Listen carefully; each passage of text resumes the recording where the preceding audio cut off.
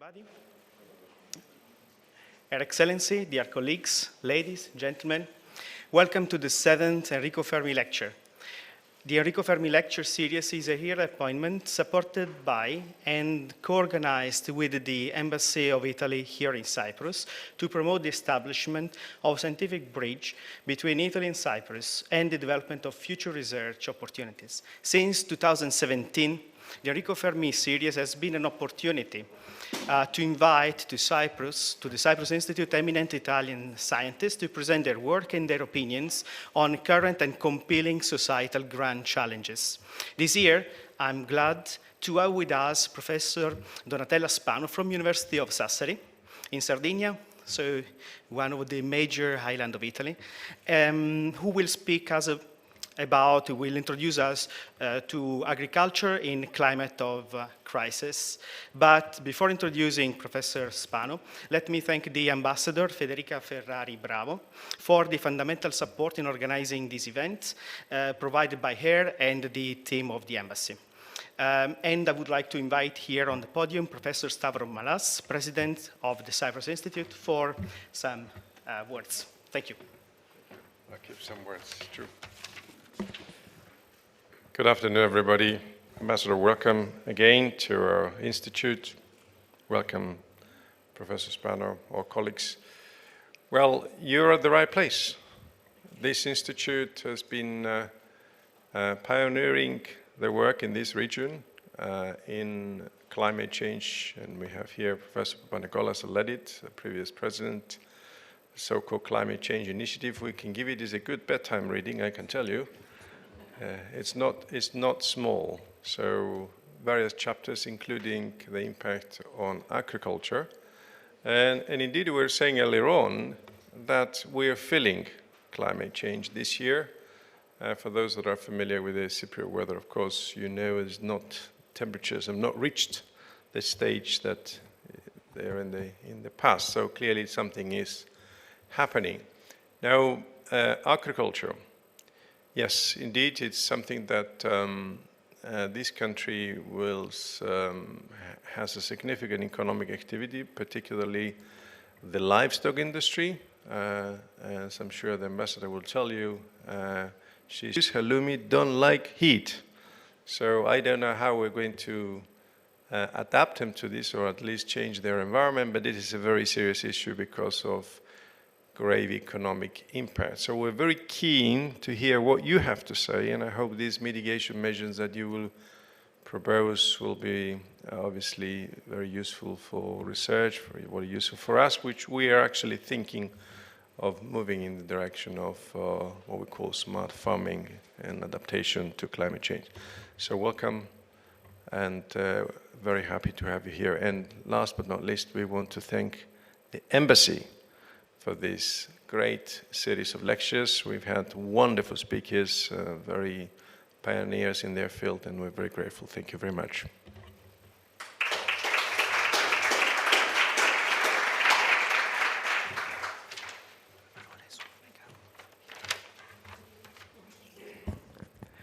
So just a few words to introduce Professor Spano. Professor Spano is full professor at the University of Sassari and member of the Strategic Council of the Euro-Mediterranean Center on Climate Change Foundation, a member of the Scientific Committee of the Italian Center on Biodiversity, and co-leader of the Spoke on Ecosystem Function Service and Solutions. She serves as a regional minister for the protection of the environment for the Sardinia region, President of the Italian Society for the Climate Science, and Vice Rector for the Research and Technology Transfer of the University of Sassari. It's very nice to read in your CV that you are a member of the Italian Academy of Forest Sciences and Academia of Gergofili. So the Academia of Gergofili was founded 270 years ago in Florence, and basically for promoting the study of agroeconomy, forestry, geography, and agriculture. So it's a long institute that has provided a lot of impact in the Italian society and now also abroad. So the Professor Spano is actively involved in several international, national projects, even regional, on adaptation of agriculture and forestry systems to climate change, development of methodology and support systems for the sustainable management of water resources, and fire risks. All these topics match very well with what some of us are doing here at the Cyprus Institute. And so let's hope that this might be the starting, point for a future collaboration. So, Professor Spano, thank you for being with us. The floor is yours.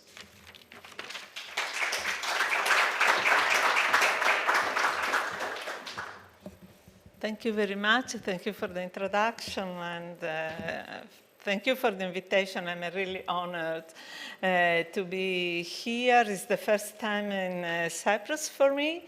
So thank you to the Italian Embassy. Thank you to the Cyprus Institute. I'm really glad, and it's incredible that researchers, scientists are here. It's a very hot afternoon, but it means that they are really keen, they really wants to exchange experience and relationship. And I'm here for this reason, because I like to learn also from dialogues and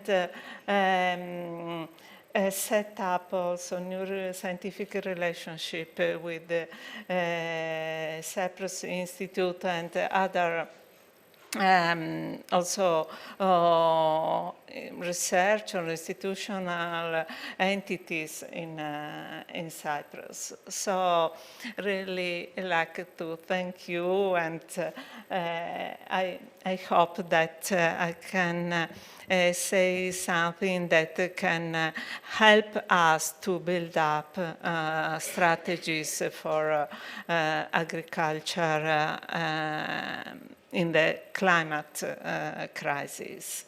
And this is the title, but before starting, just let me say a few words about the University of Sassari.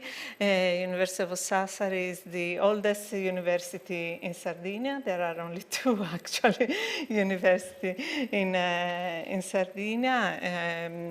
It's 150-year-old.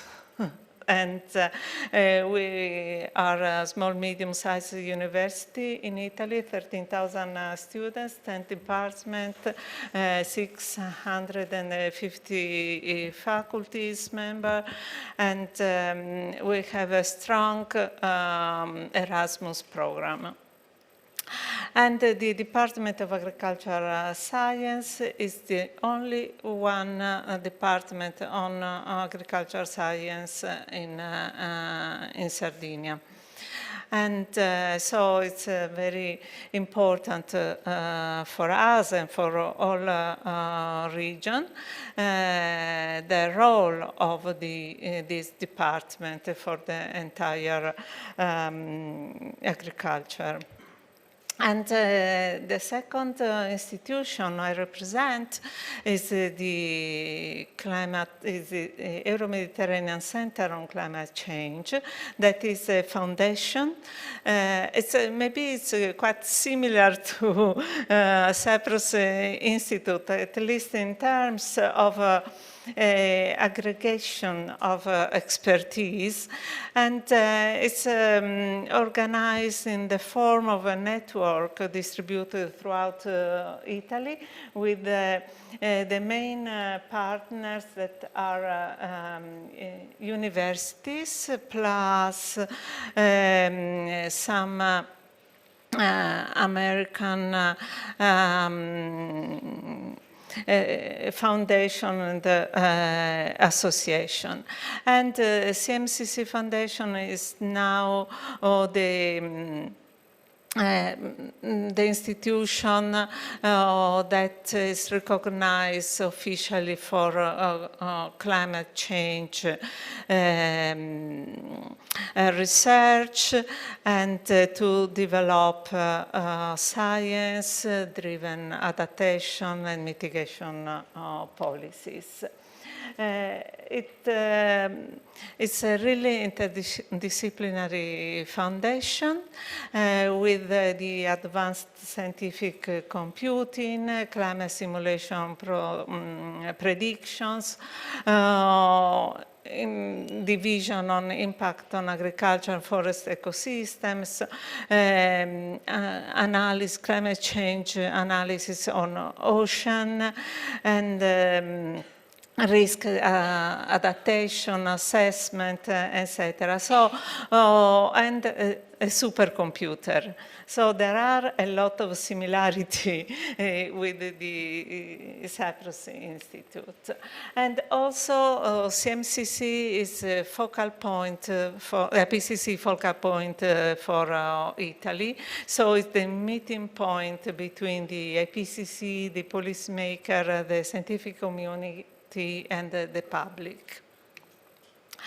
And this, we have several projects between especially CNCC, our community, and Cyprus, the public and private entities, and so I just list some because maybe you can recognize in this community. So, but we like to improve our cooperation, and I think that can be very important.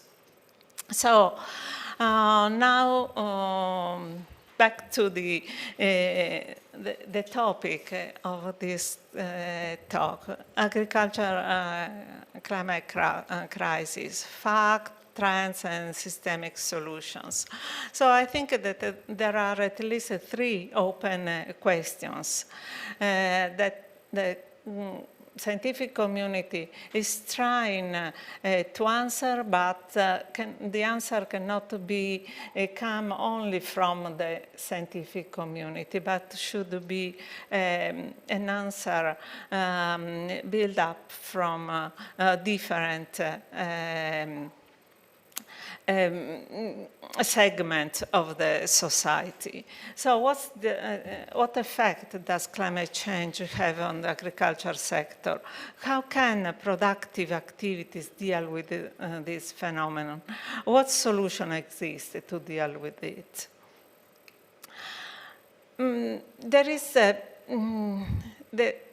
the topic is really complex because it's complex the current food system, because the food system includes a lot of aspects from production, transportation, processing, packaging, retail consumption, loss and waste.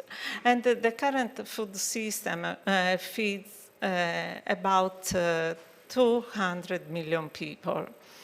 And in the course of the year, century, it changed a lot. And in particular, from 1961, what was taught to the students and to technicians, to operational people, was to tend to specialize the cultivation to obtain the maximum production.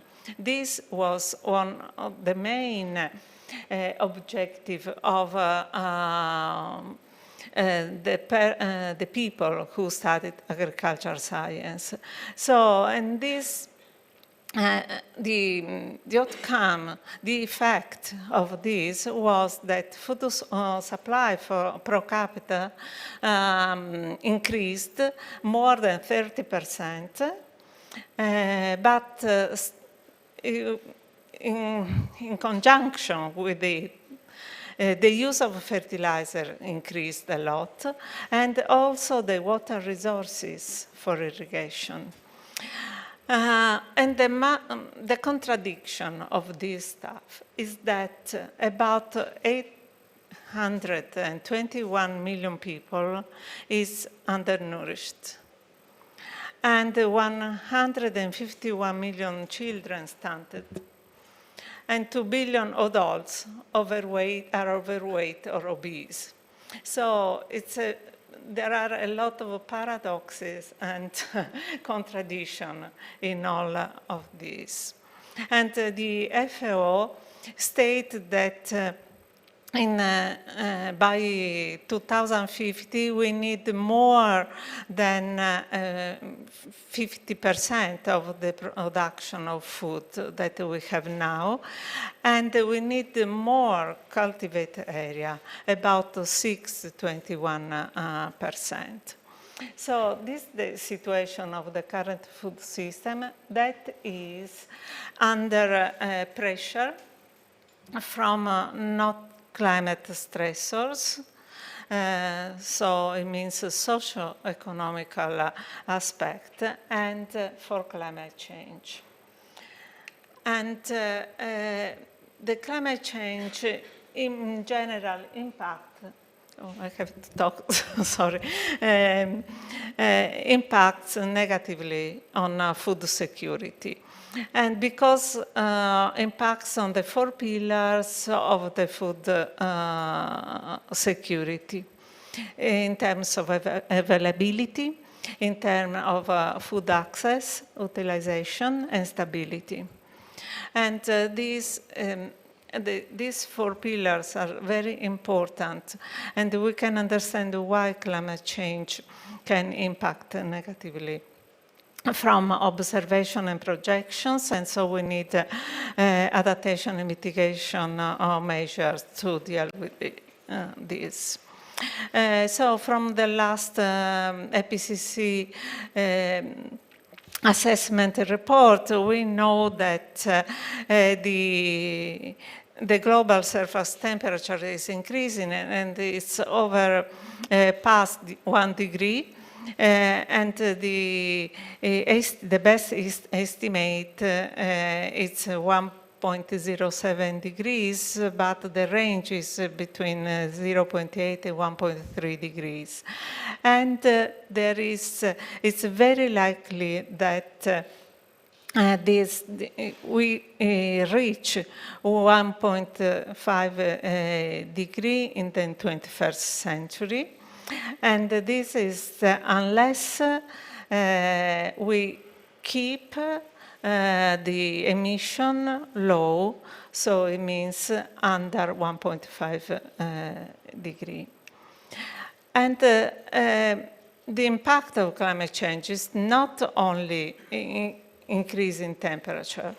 It's not only change in precipitation pattern that in any case have important effect on cultivated area and crop growth. But the greater frequency of extreme events like flood, drought, heat waves are really important, and they can have a negative impact with the different geographical, with some geographical differences. And it's something that we are already experienced in these years. In Italy, just to see from the drought in North Italy, the very low level of the Po River, and the flood, incredible loss in terms of lives, in terms of economic losses in Emilia-Romagna region, especially because Emilia-Romagna region is one of the main center for agricultural production. So this is really important. And the impact is related to the risk, and the risk is related to the level of temperature. So if we keep the increase of temperature at 1 degree is very different than we move to 2 degrees to 3, 4 degrees. And we can see that talking about food supply instabilities, that under 1 degree we can have infrequent price spike effect for individual countries. But if the temperature increase, so the risk related to 2 degrees or 3 degrees, it's much higher and stronger, creating a periodic food shock across regions and also sustained food supply disruption globally. So the level of risk, it doesn't depend only on climate, but it's also the combination between climate and socio-economic scenarios.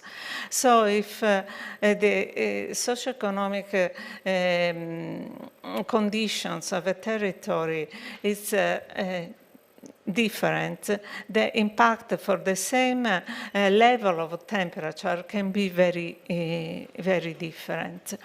And so talking about food insecurity, for example, the risks are lower for socio-economic scenarios that are driven by sustainable developments than for scenarios where we continue on produce and emit at the level of it is the actual business now. So we said that the climate change has different impact in terms of food availability. And from observation, from what we already are observing now, are measuring now at a global scale, we can see that we can have a general negative impact on yield production. And, but especially in lower latitude, we have a decline of yield, especially for cereals, while at higher latitude there are some cases where the yield can raise, and this is due to the effect of the CO2 concentration. So the increase in CO2 concentration has a fertilizing effect on crops. But in Southern Europe, there is a general decline, and also decline in dry lands, particularly in a continent like Africa or high mountain region in Asia and in South America.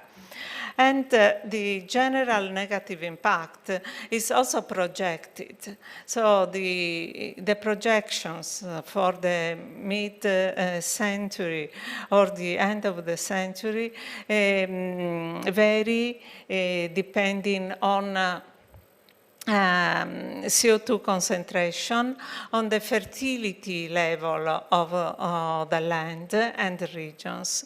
But in general, it can be negative for fruit and vegetable production.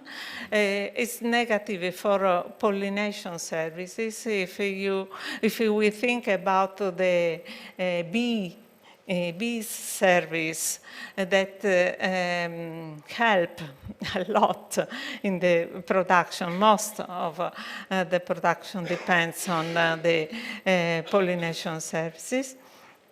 And also the important vulnerability of crops and livestock to disease. So pest and insect attack are the crop are very vulnerable for that. And in some parts of the earth, there are also economical systems based on small producers, and they can be very vulnerable to climate change in companion with gender. Gender is a very important issue in several communities and farm workers. And then another important aspect is related to aquaculture and fishery. So I mentioned that a positive effect of climate change, for example, for cereal production, can be the effect of high CO2 concentration that can increase the production, the yield. But what's the difference? What's the negative impact again? Is the fact that the quality of, in particular, the nutritional quality is lower. In particular for wheat, for example, recent studies showed that the wheat produced at high level CO2 concentration has less protein content, less zinc content, and iron content. And so these contribute to what we were talking about, especially for health problem. So negative impact on production for pests and disease, and also the increase of the number and intensity of extreme events can create shock in the food systems. And all of these facts are negative in terms of health because also the conservation, transportation, all the other important parts of the food chain can be affected, and so the presence of mycotoxin, pollutant, bacteria, and the storage and the transport can be very dangerous. So another point is the access. What does it mean that climate change has negative impact on food access? Is that the prices raises.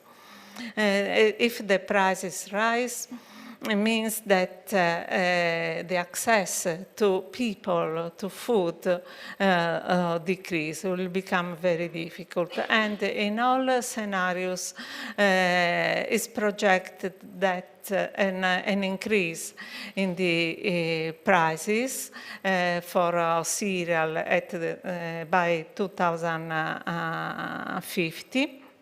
And also, this caused the high percentage of population at risk of hunger. So,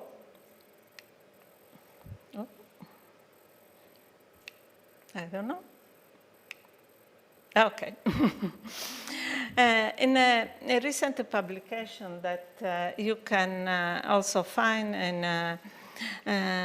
internet and you can download, it was a publication that we did for in occasion of the G20, and it's a Climate Risk Atlas, where we cover for all the 20 countries, we cover all the productive sectors and also agriculture.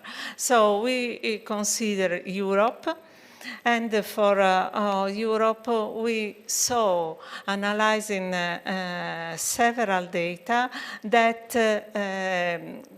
the increase in temperature can cause changes in duration of the growing season, in early appearance of phenological phases, and shift of the cultivations. And this is particularly true for three crops. For example, grapes and olive trees that will have the tendency to be suitable for higher latitude. And for cereal and also sugar beet, rapeseed, we confirm that the impact of the CO2 can be positive. The CO2 concentration can be positive if you see the number with the different scenarios, from the worst scenarios to the most positive scenarios that can be positive. So the number, the change in percentage can be positive, but if we assume that there is sufficient water and there is sufficient nutrient supply for the cultivation. And also that the crops are healthy, so there are no pests, no disease, no extreme events. And this is the situation in Europe. You can see a general increase in production, for example, for wheat and maize on North Europe, and a decrease in south part of Europe. But, as I said, there is and there will be a big change in water demand.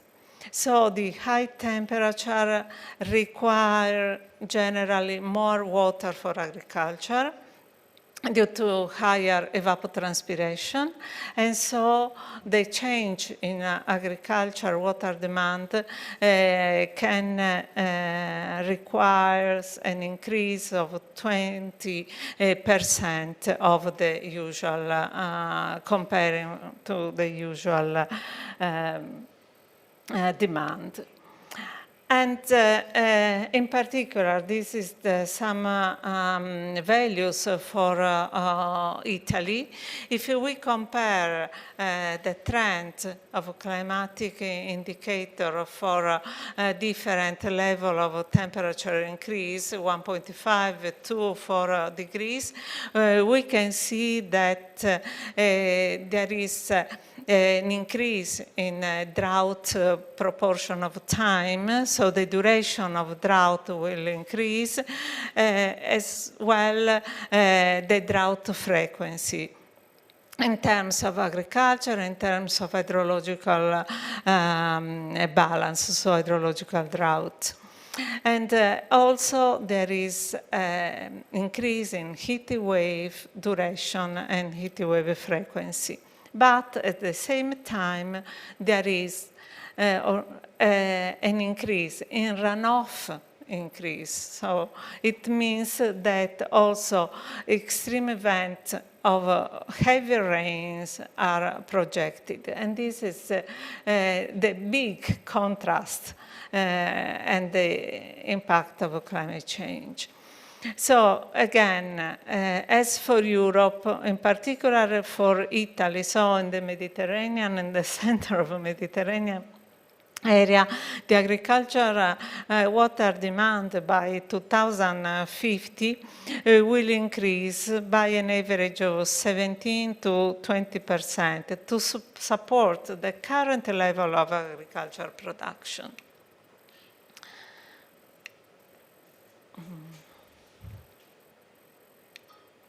sometimes. You can try with this. Okay. And the other important aspect is because we are surrounded by sea, also agriculture means also fishery. Our economy is based also on fisheries, so the quality and the status of the water is really important. And with the climate change, the temperature of the water is increasing. The pH, so the acidity of the water is decreasing. So this is becoming more acid, so the acidification of the sea is really important. And just considering these two indicators, we in general is project a general decrease in fish catch potential. And under high emission scenarios, producers' losses can amount 1.3 billion euro by 2050. So what we can do to deal with this? What's a solution? There are some solution that includes the several aspects. There are some solutions that can be global, especially in terms of mitigation, but several others are not need to be customized and need to respond to territorial needs. But in general, we need to integrate mitigation and adaptation and consider also the sustainable development, so change a way to produce. And the importance, because these are complementary, mitigation and adaptation are two different complementary solutions, because to keep the temperature below 1.5 degrees, it means to make easier also the adaptation measures and the effect of the adaptation measure, and also the cost of the adaptation measure. So when we talk about adaptation in the food system, the new paradigm is that we don't have to look at only the supply side. Most of the studies are still now related to production, to yield. But it's not enough. We need also to look at the demand side. And so it means consumption practice, diets, reduction, food loss, and waste. So to adapt both sides, we needed to use technological solutions that are based on genetics, on all IoT, artificial intelligence, etc., but also non-technological solutions related to socio-economic differences in different areas, and on education, on dissemination. So we needed to consider that context, so the agroecological, social, and cultural level of the area. We needed to put together all the institutions, because we need to work and to move from science to global, regional, local institution that can create capacity building. And then we need the tools and we need finance to deal with adaptation for a food security system. There are several adaptation measures that can be applied at a national, regional, and farm level. And as I said, there is no unique recipe for all areas, but we need to adjust what's the best, the most effective for the territory. And for example, for national, regional level, we can work and can be support risk management insurance program, improving efficiency in irrigation infrastructure, or flood management and prevention. So all the infrastructure that can help decreasing the risk. And at the farm level, there are several measures that can be applied. And in particular, the key words is crop diversification. That is completely different from what was taught us in the past. No specialization, but a farm that can cultivate different species, so different crops that have also natural part of the farm that can be useful for increase for example, pollination or migration of species. So the system, the farm system should be, also according to the EU policy, similar to the natural ecosystems. So less artificial ecosystem and more close to natural ecosystem. So agroecosystem diversification practices is the key solution for adaptation. Also because ensure a different source of income for the farmers. Because if one part fails, there is another part that can ensure some income. And the other aspect is how to deal with the soil. So the soil needs to be protected. So cultural rotation, cultural diversification, improve the soil, the fertility of the soil. So minimum tillage or no tillage has positive effect on the soil properties and also the ground cover. So reduce the risk of soil degradation and reduce the amount also of fertilization.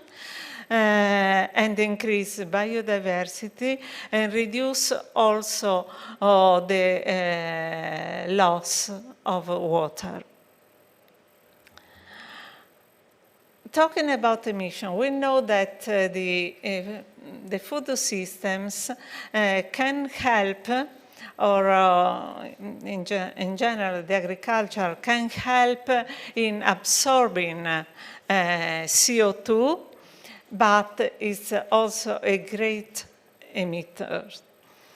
And so 25–30% of total greenhouse gas emission come from agriculture and from the cultivation part, from the land use change, deforestation, for example, and 5–10% from supply chain.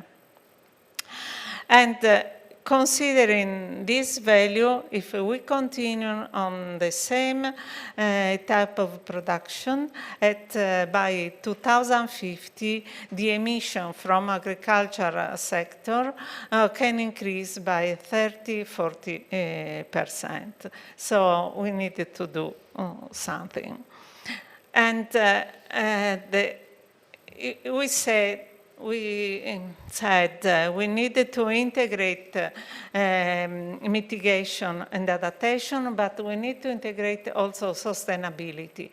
And all the models that can help in this are really welcome today. And there are agroecological systems, climate-smart agriculture, conservation agriculture, sustainable intensification, urban agriculture are all new systems that are being tested. So we are not sure, we don't have all the information, but we know that can help to lead to a low carbon and climate resilient food system. And this can be done, as I said before, with several measures in terms of agriculture management, like soil carbon sequestration, decrease the use of nitrogen, the methane for some type of crops, better pasture management, manure management, and quality of animal feed that can help in mitigate. But so far we talked about one side, as I said before, so the supply side. But we need to also work on the demand side. So change, for example, food preferences can be a useful option to help. It does mean that we need to become a vegetarian, all vegetarian or all vegan. It does mean that. Because we know that there are economic aspects, socioeconomic aspects that need to be protected. But it means that we can work for change some habits, and we can try a balance between these also personal choices. And the other aspect is that we need to avoid food losses and waste. And this is due to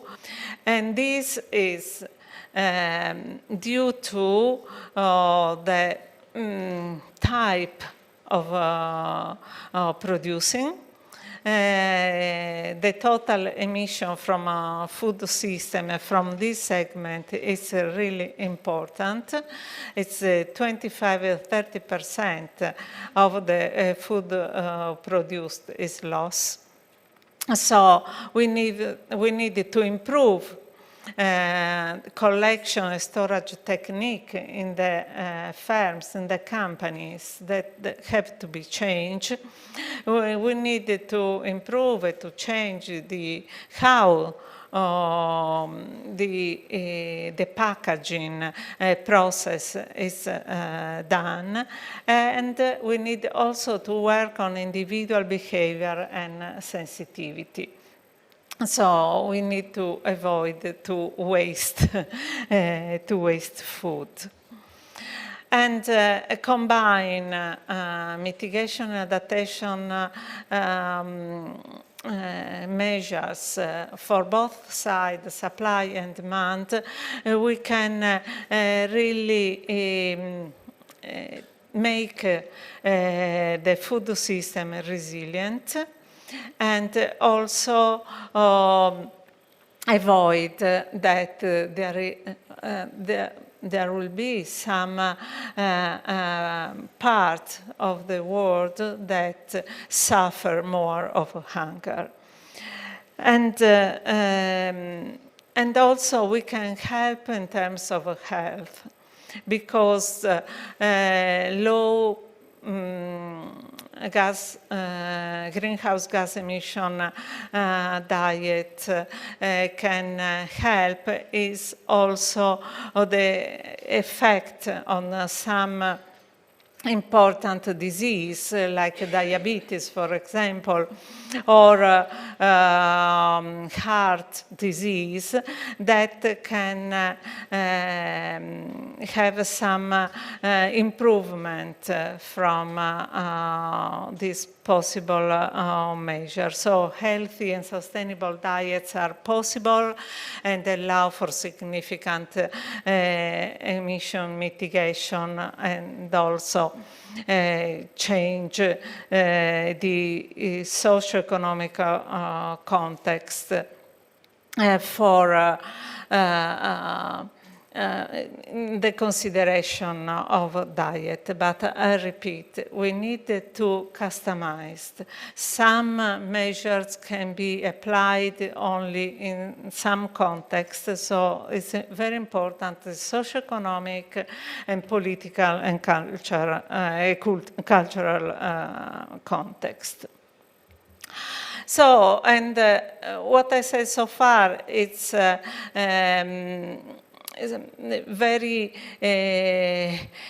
in match with the political of adaptation in Europe. And the new European adaptation strategy uses some instruments like the farm to fork strategy, the strategy on biodiversity, and also the common agricultural policy contain a lot of information about how mitigate and adapt our food systems. And in particular, the vision is that Europe must be a climate resilient society, fully adapt to climate change. And to meet this goal, the adaptation should be smarter, should be more systemic, should be faster. There is not much time left. And there we need to intensify international actions for climate resilience. So, it's important to implement adaptation action to increase the resilience of agricultural system. And this can be done at all levels, national, regional, and local.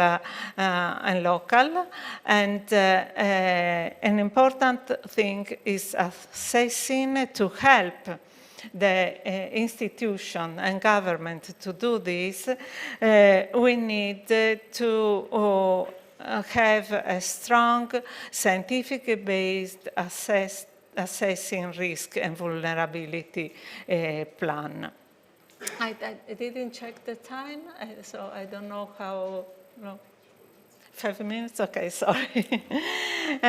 And so this is very important. For example, for Sardinia, we did this, and we helped the region to developing the regional strategy for adaptation, and in particular for the agriculture sector.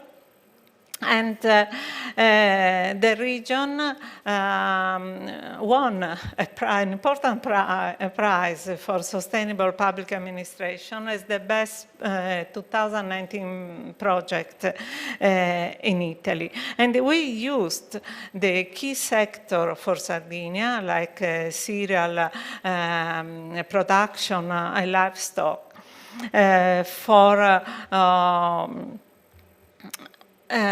build the assessment risk using different technique, in particular impact chain approach. And so we classified the territory at the regional and municipal level, considering the climate hazard, the exposure, the sensitivity, and the adaptation capacity. So we have a clear map of the vulnerability of the region, but also the capacity to adapt.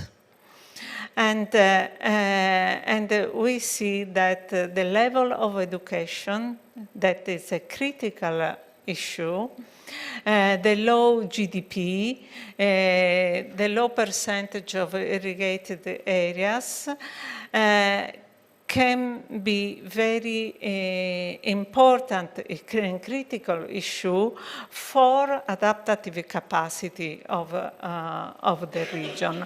So it means that the measure should be devoted, should be focused on this aspect to deal with climate change in agriculture and to increase the adaptive capacity. So we have tools, and you know, because in Cyprus Institute, we know that we have tools. We have a weather forecast, we have a seasonal forecast, we have a climate projection, and in conjunction with crop simulation models, water models, and etc., we can give information to find a customized solution, personalized solution for farmers, for policymakers, and for researchers. And so this just these slides and this one is just to see, but that we have models to do this. And this platform can really help to understand which are the expected, for example, change in irrigation requirement for different crop at high level detail, that we use 8-kilometer resolution, but now all this analysis was updated to 2-kilometer resolution. So adaptation is for sure a high-yield investment with important environmental, health, and socio-economic co-benefits.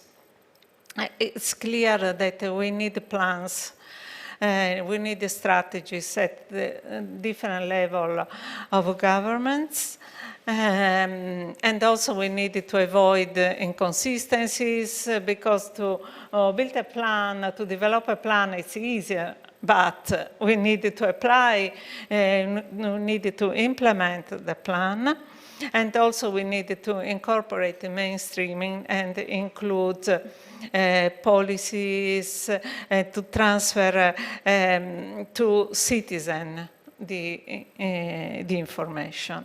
So we need to have new evidence, more evidence. We need to have progress in science, but we need also to create, enable conditions in terms of politics, in terms of institutions, market, government, for adapt and mitigate food systems. What I want to say that we need multi-level governance, so vertical of all the levels are included, but we need also horizontal sectors that are involved, and different actors, not only public, but also private company, ICTs, innovations, citizen, we need stakeholders. So the key is participation, learning, flexibility, cooperation from all of us, for increasing knowledge and awareness. And so I want just to finish. I hope that for me are very clear the similitudes and a lot of things that we have in common in the Mediterranean, and I think that Sardinia and Cyprus are not connected by sea, but by several aspects of our science and culture. And in particular, I was talking with the ambassador before about the oxide ingots that are typical evidence of several things in common, and the most important evidence were found just in Cyprus and in Sardinia. And then we have in Sardinia the mother goddess, and here Aphrodite and etc., who are our worship for cultural connection. And so just to arrive to the Renaissance, where the Botticelli was one of the Italian expression, and clearly inspiring Aphrodite, inspired even him. Thank you very much for your attention.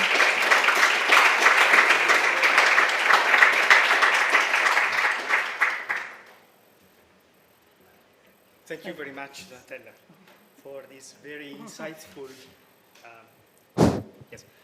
presentation. A lot of very inspiring aspects that are important to know also for addressing our action. I would like to ask whether there is any question for our speaker.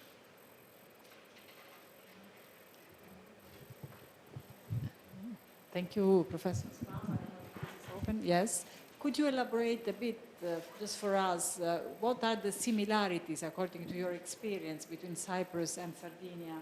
Because both islands, both dependent on agriculture, suffering from isolation with connectivity problems, so for added problem for livestock and for agricultural production, and how agriculture can be a drive for a better future and involve younger generation, because they are, and rightly so, very concerned about their future, and is agriculture an option for them due to the fact, especially in islands?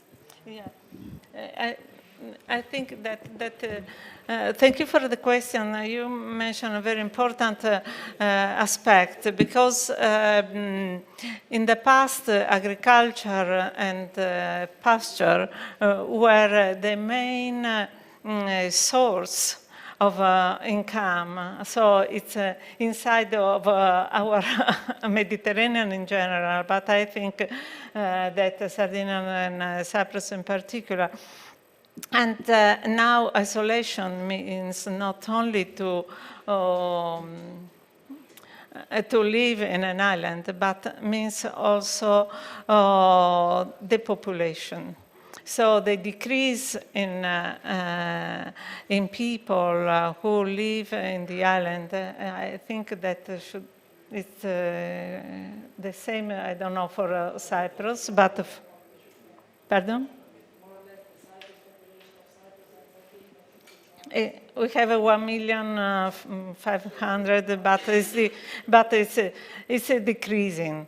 It's still decreasing. In particular, in the center, in the coast, no, because there is tourism, etc. But so we need to attract young people to cultivation. This is a key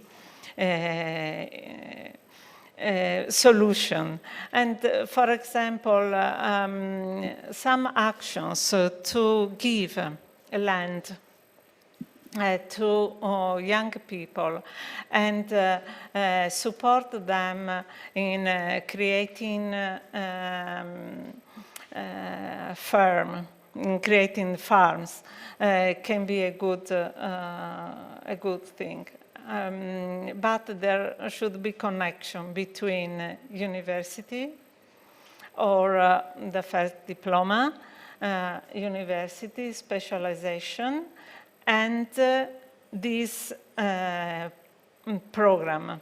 So if the regional government decide to allocate a budget for improve and for saying, okay, young people under 30s can have land to cultivate, to set up their business, they need to be supported, but they need also to be educated. There is a big difference between if there is a big connection between Cyprus and Cyprus Institute and scientific research in the United States. I spent a lot of time in California at Davis, University of California, Davis, and what I have to say is that the farmers were really educated. They knew what they were doing. So I think that in Sardinia, the low education is one of the problem. And then managing the resources. So educated people can increase also the how to deal with the sustainable plans. Any question? Since you raised, thank you for an exciting talk. Since you raised the similarities between the two countries, country and a region. Yes, okay. But it is probably true, unlike the United States, that we have a problem, and probably the same of land management, because of the fragmentation of ownership. So really the business, to set up a business in farming becomes not viable because of the fragmentation of land, which is not the case in many areas of the United States.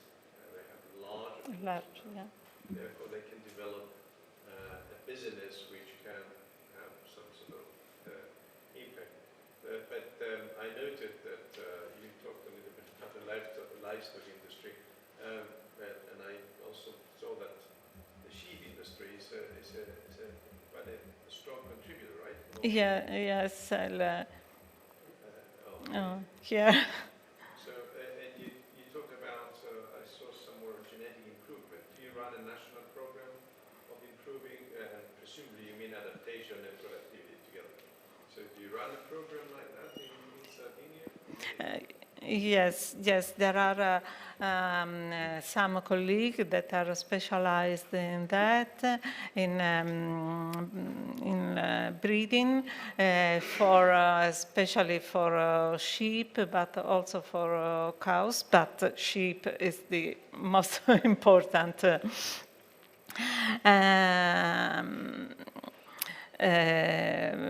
animal livestock for us, and not only genetic, but also they are working on well-being of the animal work.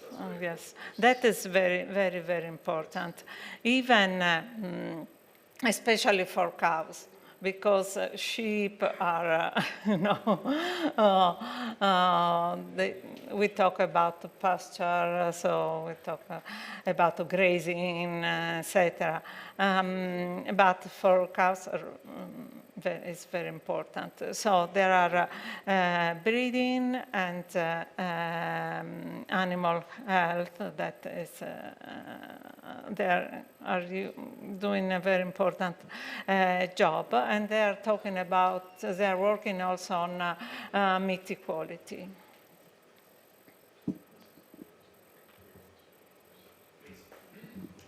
Thank you very much for this very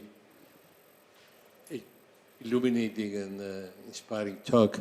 I noticed, although you didn't comment much, that you looking at greenhouse gas emissions. It's clear that methane is, people are realizing, is far more important at this stage than people thought. Probably at this stage more important than CO2. And agriculture is a big contributor. I saw somewhere you said that 50% actually of the greenhouse gas emissions is from agriculture, it is correct. Do you have anything in your program addressing methane emissions for which agriculture is a big contributor? Also from fertilizers. Yeah. Not directly from the group of people in Sassari, but from the other university involved. We have different experiments on measure methane from animals, and also we have Italy is part of the international network for carbon balance, and so also CO2 we measure, also methane and other compounds. But in this moment, the comparison between CO2 and methane and the impact on the emission and how long they last in the atmosphere is one of the main crucial points, because the CO2 lasts for very long time. No methane life is less. Well, methane is about 1/3. It's about 70 years. CO2 is 10 times 10 more. times, yes, 10 times. So the most... The window of opportunities, 70 years, either will have destroyed the planet or... Yes, because some people are using these to say, okay, we can work only on methane, and we can have immediately, we can see immediately the effect of a decrease in methane. It's 80 times more potent, blocks 80 times more than CO2.